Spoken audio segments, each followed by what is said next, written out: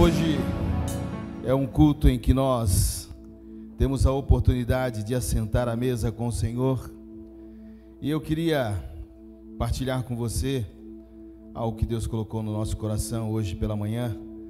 Abra sua Bíblia na Epístola de Tiago, capítulo de número 1, a partir do versículo 12 até o 15. Aleluia. Tiago, capítulo 1, versículo 12 ao 15. Amém? Eu vou ler na versão Almeida revisada, ali está um pouco diferente, está na King James, não sei qual é a tua versão, mas diz assim a palavra do Senhor: bem-aventurado o homem que suporta a provação, porque depois de ser aprovado, receberá a coroa da vida, que o Senhor prometeu aos que o amam. Ninguém sendo tentado diga: sou tentado por Deus, porque Deus não pode ser tentado pelo mal, e Ele a ninguém tenta. Cada um, porém, é tentado quando é atraído e engodado pela sua própria concupiscência. Então, a concupiscência, havendo concebido, dá a luz ao pecado. E o pecado, sendo consumado, gera morte. Amém? Você pode fechar os teus olhos por um instante. Eu sei que você veio aqui para ouvir Deus. Então fale com o Senhor. Ore e fala: Pai, nesta noite, Senhor, o nosso coração, a nossa mente está sensível à direção da Tua voz. Pai, fala com o Teu povo, fala com a Tua igreja. Ministra, Senhor, aos nossos corações. Senhor, que eu possa partilhar com a Tua igreja aquilo que o Senhor ministrou ao meu coração nesta manhã. Fala conosco, Espírito Santo. Eu lhe peço e te agradeço em nome de Jesus. Amém. Amém. Queridos, essa é uma das cartas da Nova Aliança, e ela é um pouco diferente das demais epístolas, a de Paulo, de Pedro, de João, porque todas elas dão início com saudação, com agradecimento. E a epístola de Tiago, ela começa com exortação e termina com exortação. Ela foi escrita aproximadamente 45 a 50 depois de Cristo. É uma carta destinada aos judeus cristãos que estavam em Jerusalém, e ela começa trazendo algumas exortações,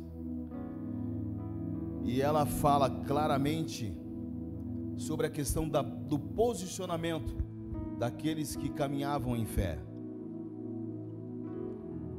E é uma carta aberta, e ela composta de 5 capítulos. E no capítulo 1, Tiago, ele destaca as questões das provações, das tentações. No capítulo 2, ele dá ênfase às obras que são as autentificações da fé. No capítulo 3, ele menciona a questão severa do uso da verbalização da língua, das relações interpessoais. No capítulo 4, ele exorta sobre as obras carnais, e no capítulo 5 ele fala das questões espirituais. Mas eu quero deter a ministração desta noite apenas no versículo 1, no capítulo 1, nos versículos em que nós lemos.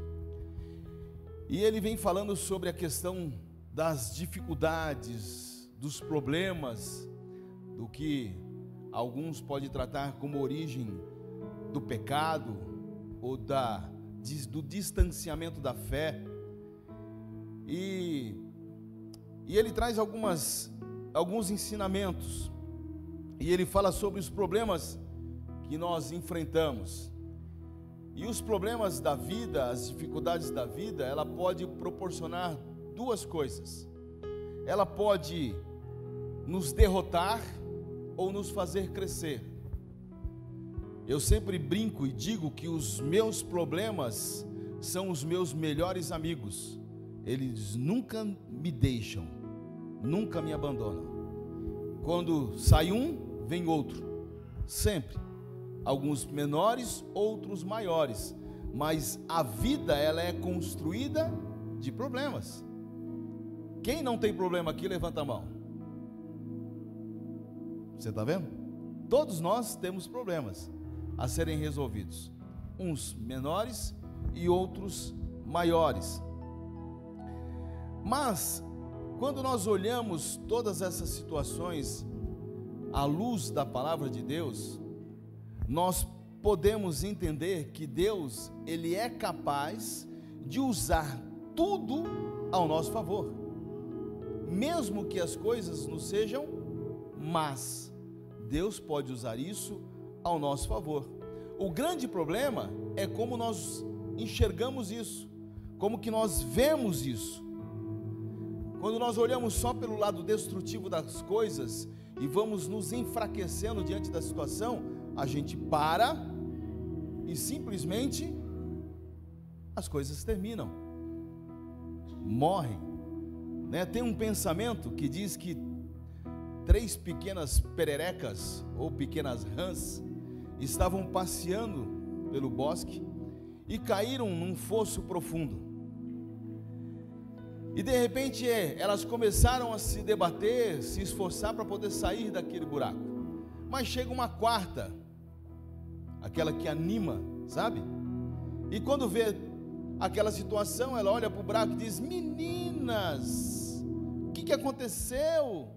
Como é que vocês foram cair neste buraco? E aí elas começaram a tentar sair. Ela disse assim: não façam esforços, vocês não vão conseguir, vocês jamais vão sair desse buraco. E aí uma deu ouvido, ficou no cantinho e morreu de depressão. A outra, também de tantos esforços, não conseguiu. Mas teve uma outra que não deu ouvido e começou a pular e foi abrindo orifícios ao redor do poço, até que um momento ela conseguiu apoiar e saiu e continuou pulando. E aí aquela quarta foi falar com ela e não conseguiu ouvir porque ela era surda. Então às vezes, querido, você tem que fechar os seus ouvidos para aquilo que o diabo tem falado, porque às vezes a situação que você está vivendo hoje não é para a sua destruição, mas é para Deus fazer coisas grandes na sua vida e você não está percebendo. Deus é um Deus que Ele confunde as coisas para que depois Ele possa fazer com que as coisas se alinhem, e a gente às vezes não entende isso, porque é assim que Deus trabalha. E às vezes nós ficamos olhando só o ponto negativo das coisas e não entendemos que podemos reagir de uma forma mais intensa e não permitir que isso nos destrua. Então os problemas da vida, ela pode nos fazer crescer ou pode nos fazer perder o ânimo e nos destruir. E eu queria pensar com você sobre algumas coisas que esse texto me fez pensar. Como é que Deus pode usar os problemas ao nosso favor? A primeira coisa que eu aprendo aqui é que Deus pode usar os problemas para chamar a nossa atenção. Porque às vezes nós ficamos tão distantes dos propósitos que Deus tem para nós e nós não percebemos o ambiente em que nós criamos e ficamos acomodados diante daquela situação. Aí Deus precisa criar algo que nos faça avançar. Foi assim no início da igreja. A Bíblia diz que quando a igreja começou a crescer, os números daqueles que iam sendo salvos surpreendiam. E quando Jesus disse que eles teriam que ir, eles tinham que ir aonde? Eles tinham que ir aonde? Quando Deus chamou os discípulos, ide por todo mundo. Só que Jesus disse para eles o seguinte: num determinado momento, eles tinham que ficar em Jerusalém, até que do alto fossem revestidos de poder, e depois disso eles tinham que ir a Judeia, Samaria e até os confins da terra. Então quando Deus nos chama, deixa eu tomar uma aguinha aqui. quando Deus nos chama, existe um período em que nós somos preparados por Deus. E quando as coisas começam a se acomodar, a tendência é a gente ficar num ambiente que nos traz tranquilidade. Então, para que eu vou sair de Jerusalém se a igreja está enchendo? Aí o que Deus fez? Deus criou uma situação e começou a perseguir a igreja. Estevão precisou ser martirizado para a igreja avançar, para a igreja crescer. Então, às vezes, Deus tem que criar uma fogueira debaixo da nossa cadeira e nos fazer levantar e avançar. Criar situações que vão fazer com que você mude a rota e mude os seus caminhos. E às vezes essa situação, elas podem ser um pouco dolorosa, porque nós não percebemos o que Deus está fazendo ou o que Deus está querendo fazer. Deus quer chamar a nossa atenção, Ele quer atrair a nossa atenção. Mas se as coisas estão bem, né? Tem um ditado que não é bíblico, mas muitos dizem por aí que quem não vem pelo amor, isso não é bíblico. Deus não atrai pela dor, mas a dor pode nos levar até Ele. Então nós precisamos entender que as provações da vida, as dificuldades da vida, os problemas da vida, às vezes são gerados para que nós possamos entender o que Deus está fazendo. Em Provérbios 20, verso 30 diz assim: os açoites que ferem purificam do mal, e as feridas penetram até o mais íntimo do corpo. Na versão que está ali King James diz: os golpes e os ferimentos eliminam o mal, os açoites limpam as profundezas do ser. Então às vezes Deus cria algumas situações que trazem dor, mas pode estar nos atraindo para Ele. Amém? Fala, pastor, não é possível. Como é que pode? Queridos, Deus, Ele tem alívio para você. Ele tem alívio para nós. Mas quando o Tiago ele escreve esta carta, o que ele está confrontando a igreja? Ele está trazendo a igreja numa situação que nós precisamos parar de apenas viver do que fala, mas temos que viver o que fala. Então é isso que ele está dizendo. Não dá para dizer que somos se não temos um comportamento daquilo que dizemos ser. Então os problemas da vida jamais, irmão, pode fazer você desanimar, pode fazer você perder a sua fé, sabe, não pode fazer com que você fique abatido, cabisbaixo, achando que as coisas vão acabar desta maneira. Não vão, porque às vezes o que está acontecendo é para que Deus seja glorificado através dessa situação, e nós precisamos entender isso. Deus é especialista em nos surpreender, fazer coisas além daquilo que você pensa.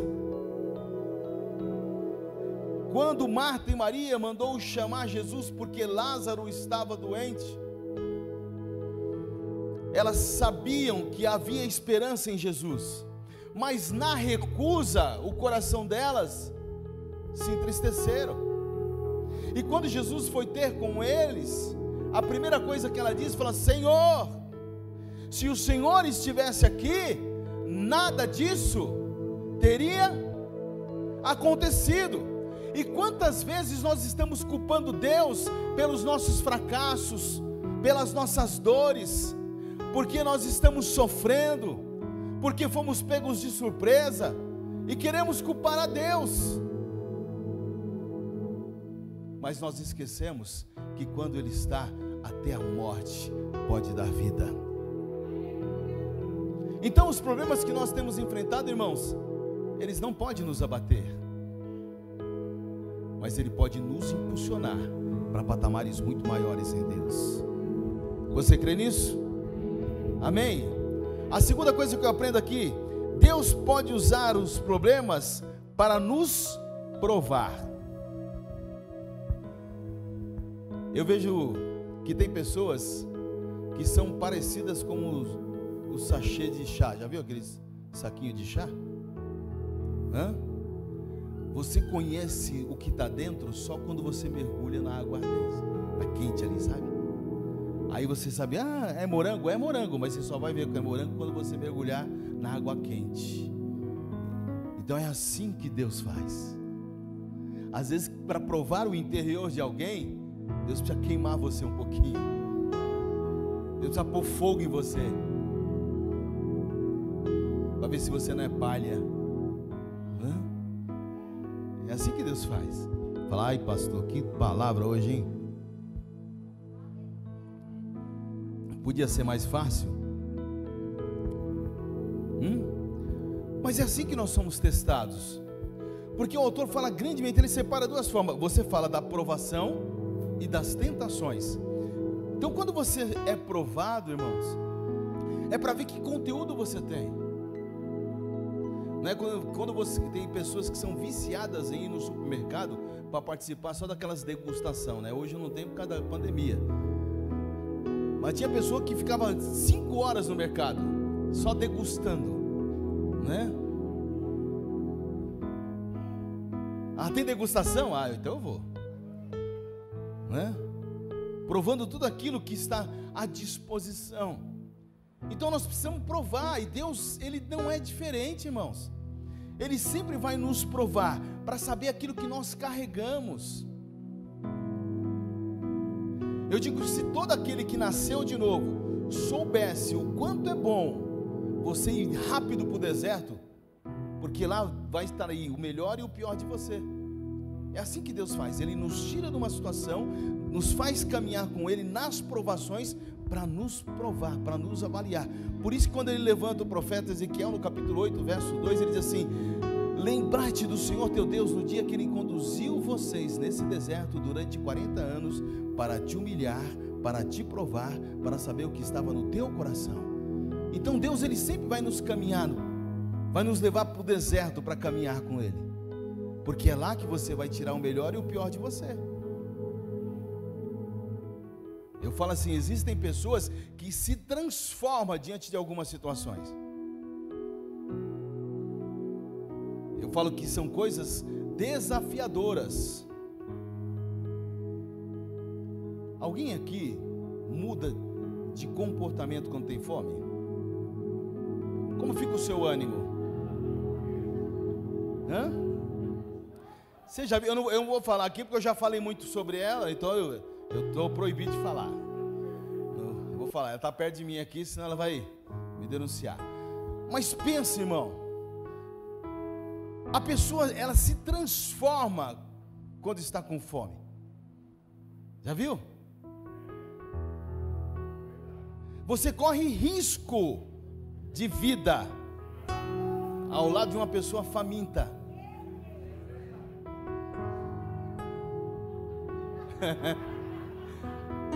Cuidado para não desenvolver um ato de canibalismo, está se mordendo, tamanha fome.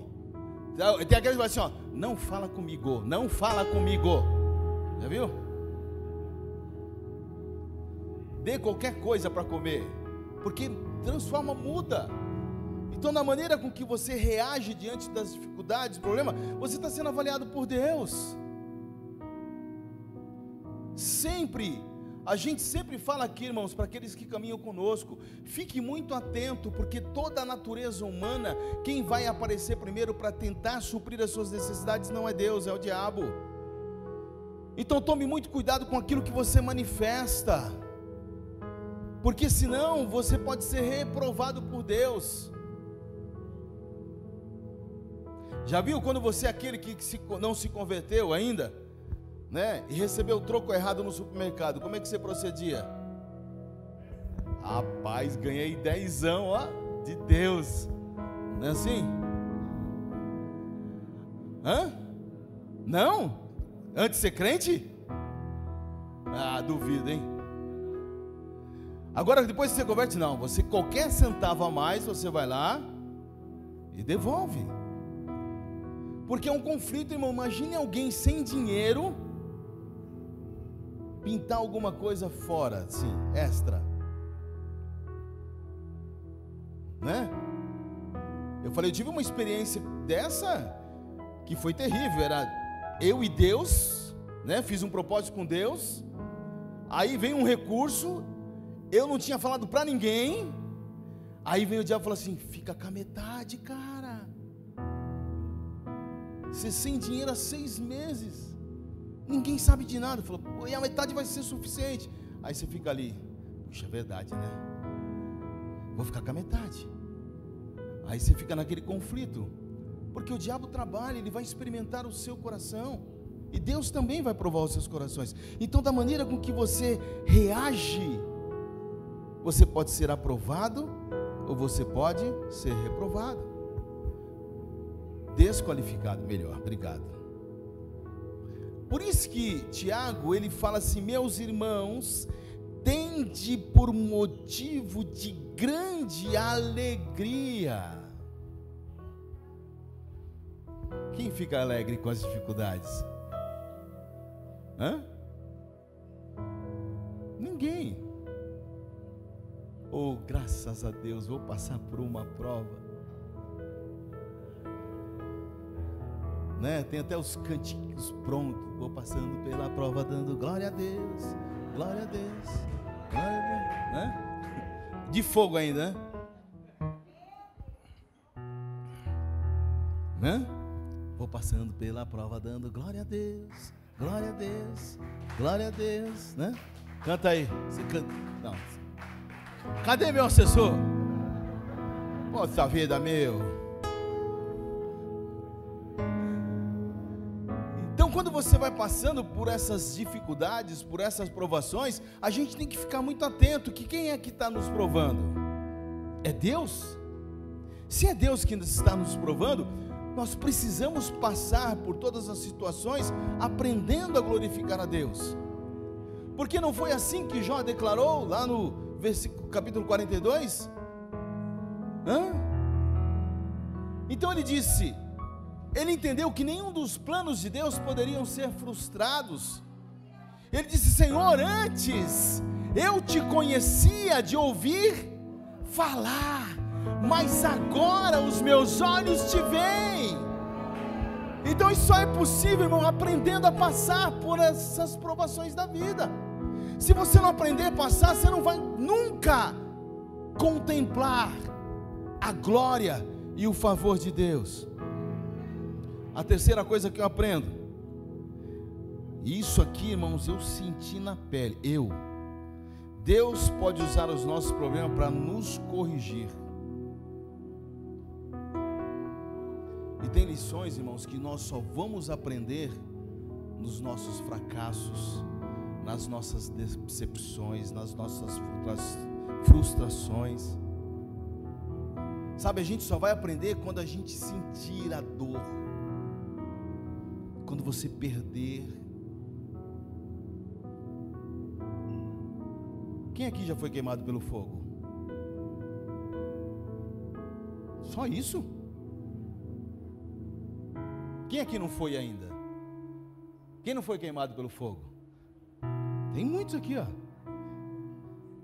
Nem vão ser.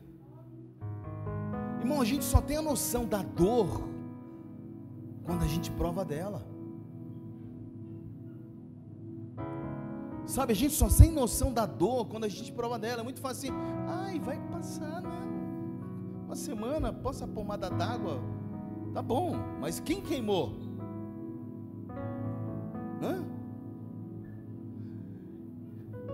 Irmão, eu nunca tive uma crise renal. Eu falava, eu nunca vou ter, porque eu sou quase um dromedário. Eu tomo uns 7 litros de água por dia.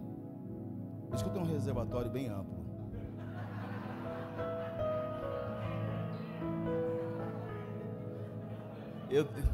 Eu também dou margem, né? O povo ri de mim, né? Mas um dia, pensa, eu estou indo atender um cliente e de repente uma dor, mas uma dor, eu não sabia que dor era aquela, mas doía, mas meu Deus do céu. Aí eu parei o carro, eu ruivava, aí desliguei para ela, mamãe, pelo amor de Deus, me ajuda. Eu não consigo sair daqui. Que dor é essa? O Lucas sabe bem o que é isso. O Lucas é especialista em pedra. Irmão, pensa que dor é essa? Aí falaram assim que é maior do que dor de parto, né? Aí eu me compadeci das irmãs. Mano, que dor insuportável. Começa aqui atrás, né? Vem, vai te... Meu Deus, que dor é essa? Então quando alguém fala assim, estou com cálculo renal, eu falo, Jesus, entra, tenha misericórdia dele, socorre, porque se for igual, irmão, misericórdia. Então a gente só vai entender e só vamos sentir a dor quando realmente nós passarmos por ela. Se nós não vamos entender, sabe, a gente só vai entender o valor dos recursos quando a gente perde. A gente só vai entender a saúde quando a gente perde. Tem um ditado que diz: você perde a saúde para ganhar dinheiro, depois gasta o dinheiro para ganhar a saúde. Fica correndo atrás do recurso, esquece da saúde, aí perde a saúde, aí gasta o dinheiro que ganhou para recuperar a saúde. Então a gente só vai entender o valor das coisas quando a gente realmente perde. A gente vai entender o valor do relacionamento quando a gente perde o relacionamento. E aí é difícil, irmãos. É difícil. Só o sangue do Cordeiro. Por isso que o salmista diz no Salmo 119, verso 71 e 72, diz assim: foi-me bom ter sido afligido, para que aprendesse aos teus estatutos. Melhor para mim é a lei da tua boca do que inúmeras riquezas em ouro ou prata. Então você percebe que o salmista, ele diz: a melhor coisa para a minha vida foi aprender a ser afligido por essas coisas, do que buscar riqueza, fama e glória. E às vezes nós não percebemos isso. E o salmista Asaf, no Salmo 72 ou 73, se eu não me engano, ele diz assim: por pouco os meus pés se desviaram, porque eu olhava para a prosperidade do ímpio. Então quando você está numa situação, irmãos, e não olha a sua situação e fica olhando a dos outros, você pode perder muitas coisas, até a sua salvação. Já viu aquele que não se satisfaz com nada que tem, só deseja o que é dos outros? Isso é destrutivo para você. Quarta coisa que eu aprendo: Deus pode usar os problemas para nos proteger. O problema, irmão, às vezes pode ser uma bênção disfarçada, que impede você de ser prejudicado. Como assim, pastor? Eu vou contar uma história que aconteceu numa empresa que eu trabalhei alguns anos atrás. Tinha um rapaz, ele era muito reto, íntegro, e ele participava do departamento financeiro de uma das empresas que faziam parte da Hold. E um certo dia esse rapaz foi demitido, e todos ficaram pressionados por que ele havia sido demitido.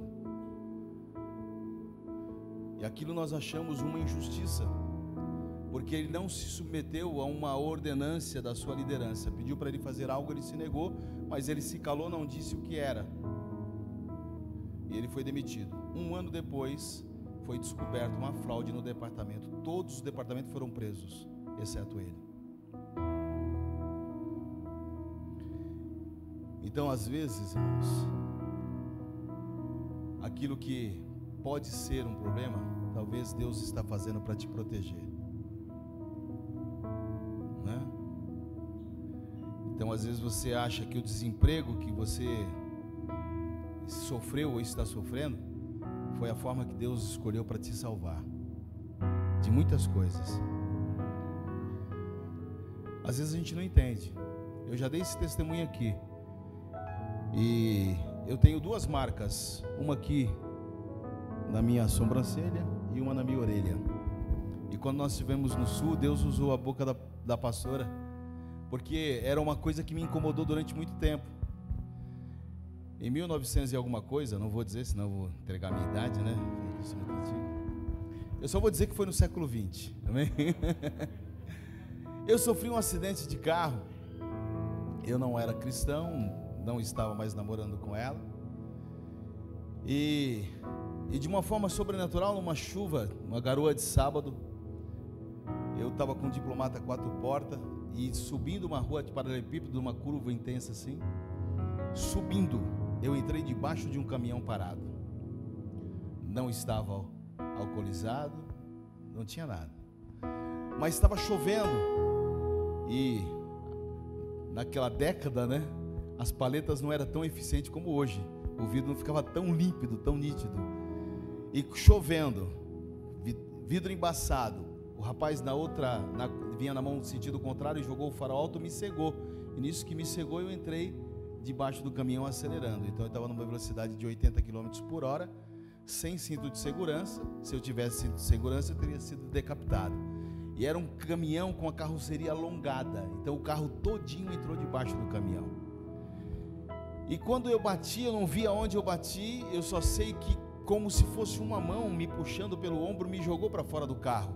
E quando cortou a coluna do carro, a coluna cortou o meu supercílio e dividiu a minha orelha. Ficou pendurada. E eu saí rolando. E só acordei quando eu estava no hospital. E aí eu disse para todo mundo, é como se uma mão havia me tirado. E quando chegou a perícia, perguntou onde está o corpo, porque não tinha como sair daquele acidente em vida. E eu dizia para todo mundo, foi a mão de Deus que me salvou. Aí quando chegou no sul, nós conhecemos um rapaz que era um especialista em cirurgia plástica e se colocou à disposição para corrigir essa imperfeição. E eu prontamente fiquei feliz, falei, vou fazer. Aí ela disse para mim assim, como é que você vai tirar uma marca que Deus colocou em você? Então, irmãos, às vezes você passa por situações que trazem dor, mas é Deus que está marcando a sua vida. E a marca que Ele está colocando, mesmo que seja no período de dor, é para glorificar o nome dEle. Amém? Porque o tempo de Deus, irmãos, já está estabelecido, e o tempo para a tua vida também já está estabelecido. Amém? Em Gênesis 50, 20 diz assim, vós bem intentastes mal contra mim, porém Deus o tornou em bem, para fazer como se você, neste dia, para conservar em vida a um povo grande. Então, mesmo que todos queiram fazer o mal contra você, existe uma promessa de vida, e você vai ter que se levantar e reagir e dizer assim, Deus tem algo grande para mim. Amém? Quinta coisa, Deus pode usar os problemas para nos aperfeiçoar. Problemas, quando respondido corretamente, eles são construtores do nosso caráter. Deus se interessa mais, querido, pelo seu caráter do que pelo seu conforto. Então, se Deus tiver que te confrontar e trazer períodos de dor, Ele vai fazer, porque Ele se preocupa muito mais com a transformação do seu caráter do que você ficar numa zona de conforto. Amém? Deus quer levar você e a mim, todos nós, para a eternidade. Ele não nos fez para viver longe dEle, Ele nos fez para viver com Ele. Por isso que, quando Paulo, escrevendo aos Romanos, no capítulo 5, versículo 3 e diante, diz assim, e não somente isto, mas também nos gloriamos nas tribulações, sabendo que a tribulação produz a paciência, e a paciência a experiência, e a experiência a esperança, e a esperança não traz confusão. Portanto, o amor de Deus está derramado em nosso coração pelo Espírito Santo que nos foi dado. Então é uma consequência, na medida em que você vai passando por fase, você vai crescendo. Amém? Então, quando você começa a ser trabalhado no seu caráter, na maneira de ser em Deus, certamente você vai alcançando a estatura de varão perfeito. Nós vamos chegando mais perto daquilo que Deus quer para a nossa vida. Por isso que nós temos que olhar para o céu, não ficar preso com essas coisas, porque os dissabores, os problemas, elas sempre farão parte, sempre, irmãos. Nunca vamos ficar livres disso. Fala, poxa, mas é injusto. Amém, amém que seja injusto, mas nós nos perguntamos por que essa injustiça está vindo sobre nós? O que Deus quer nos ensinar com essas injustiças, irmãos? Às vezes Deus está mais preocupado em tratar o nosso caráter, o nosso coração, a nossa maneira de ser, do que deixar você numa zona de conforto. Amém? O crente que pensa que vai viver sem luta, está enganado, porque sempre fará parte das nossas vidas. E eu concluo dizendo que o grande desafio para todos nós, sabe, não é viver baseado naquilo que desejamos, mas viver naquilo que pregamos. É isso que Tiago está dizendo. Nós não podemos mais viver se não for baseado naquilo que pregamos e que cremos. Se a nossa vida não for, sabe, a luz para aqueles que estão nos ouvindo. Qual é o desejo das pessoas hoje? Quererem estar neste lugar. Eu falo todos esses anos que eu tenho servido ao Senhor, irmãos, eu digo a vocês com toda sinceridade, o tempo mais difícil de apregoar o Evangelho é hoje, porque o que a igreja está oferecendo, as pessoas não querem. Não quer. Nós estamos oferecendo aquilo que Jesus rejeitou.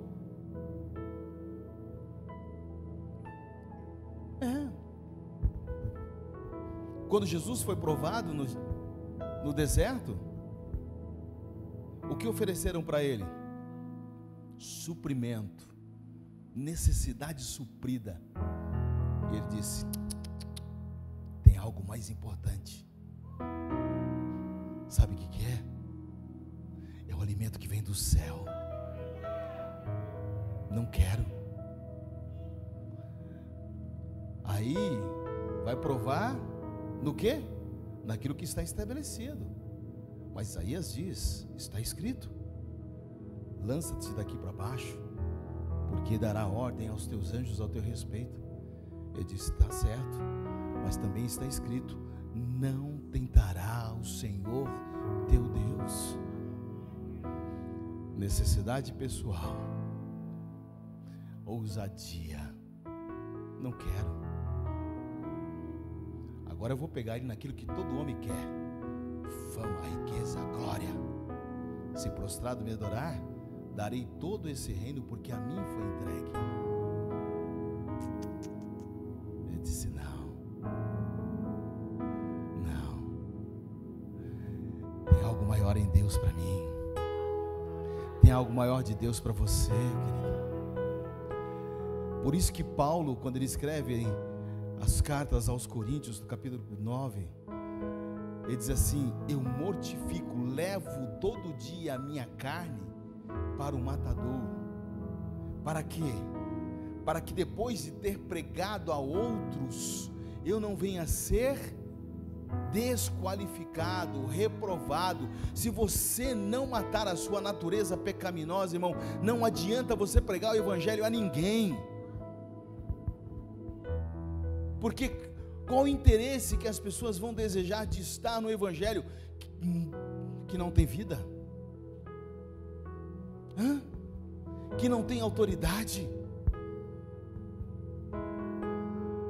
Sabe, pessoas que são incapazes de se colocar na brecha ou ter autoridade no mundo espiritual para declarar aquilo que a palavra de Deus já estabeleceu para todos aqueles que estão em Cristo Jesus.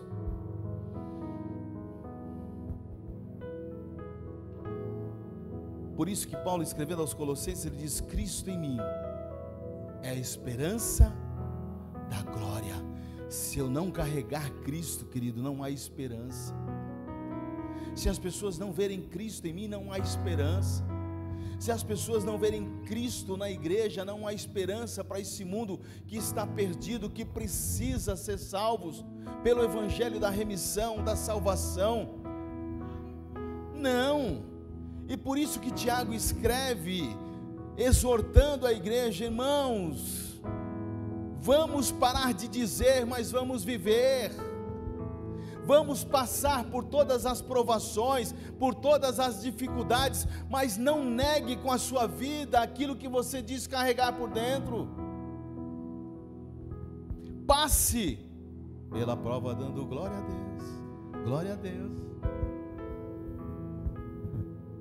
Sabe, amados, nós não somos perfeitos, longe disso.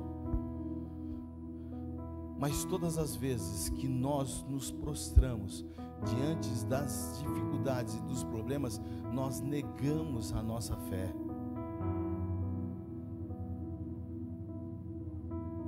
Sabe, negamos a nossa fé.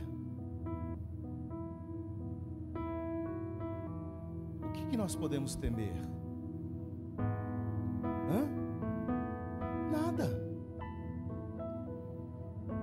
Se alguma coisa saiu fora do lugar, irmãos, comece a olhar o lado bom de tudo isso.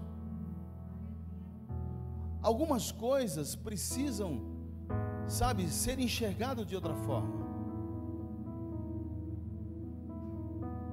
Não adianta você dizer assim: nossa, você viu fulano? Parecia tão bonzinho, se transformou no... Não, irmãos, ele sempre foi, só revelou agora. E a gente precisa estar atento a tudo isso. A Bíblia diz que aquele que age de engano não permanece na congregação dos santos. A sua natureza, uma hora vai ser revelada. Você pode se vestir de ovelha, mas se você for lobo, irmão, um dia a sua natureza vai revelar.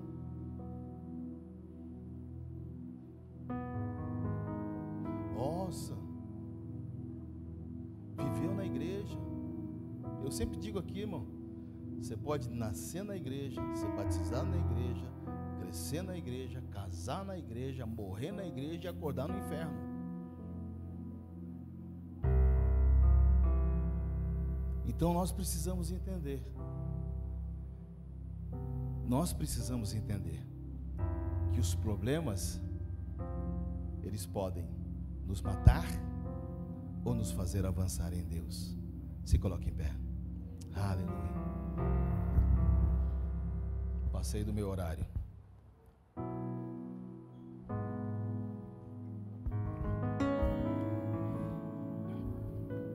Quando Jesus Cristo, cumprindo o seu ministério terreno, sabendo que o tempo estava chegando de ele reanimar, trazer novamente a aliança que foi rompida, a Bíblia diz que ele desejou aquele momento, e esse texto é um dos textos que mais me encanta, porque a Bíblia diz que Jesus, na noite em que foi traído, ele reuniu com seus discípulos, e ele disse que desejou celebrar aquela última Páscoa, porque ali ele estava estabelecendo uma nova aliança, que você não seria mais salvo pelas suas obras, mas seria salvo pela obra que Cristo estava fazendo na cruz. E pelas suas misericórdias e por esta graça, nos deu o direito de assentar com Ele à mesa. Então, o que nos separa da comunhão? O que nos separa da mesa? Quando Paulo fala e ensina a igreja, ele diz claramente que alguns fazem isso sem discernir. O que é discernir, irmão? É desconsiderar, não dar o devido valor, fazer por fazer. E ele diz: quando você faz isso, você sabendo que você precisa ter uma nova aliança nele, entendendo a sua qualidade de pecador, de errante, e que hoje você quer voltar a fazer parte dessa aliança.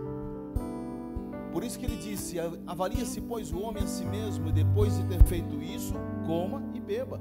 Ele não quer que ninguém fique fora, porque se você ficar fora, você está dizendo para o mundo espiritual que você não tem aliança com Cristo. Você está dizendo assim: ó, o sacrifício da cruz não me salvou, eu não quero ela, e eu faço ela de qualquer jeito. Se você fizer isso, aí sim a Bíblia diz que você come e bebe para a sua própria condenação. Você é tão responsável como aqueles homens que pregaram Jesus na cruz. Você é tão responsável por aqueles que o açoitaram. Você é responsável por aqueles que cuspiram na sua face.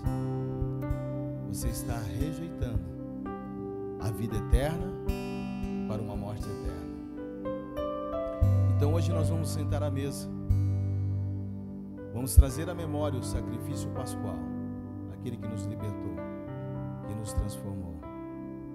Então, enquanto nós vamos adorar ao Senhor, você tem a oportunidade de dobrar o seu joelho, orar ao Senhor. Se você errou, se você pecou, se você se desviou, se você se corrompeu, irmãos, refaz a sua aliança com o Senhor. O que você não pode fazer é julgar a si mesmo, achar que você não é digno. Quem te faz digno é o Senhor.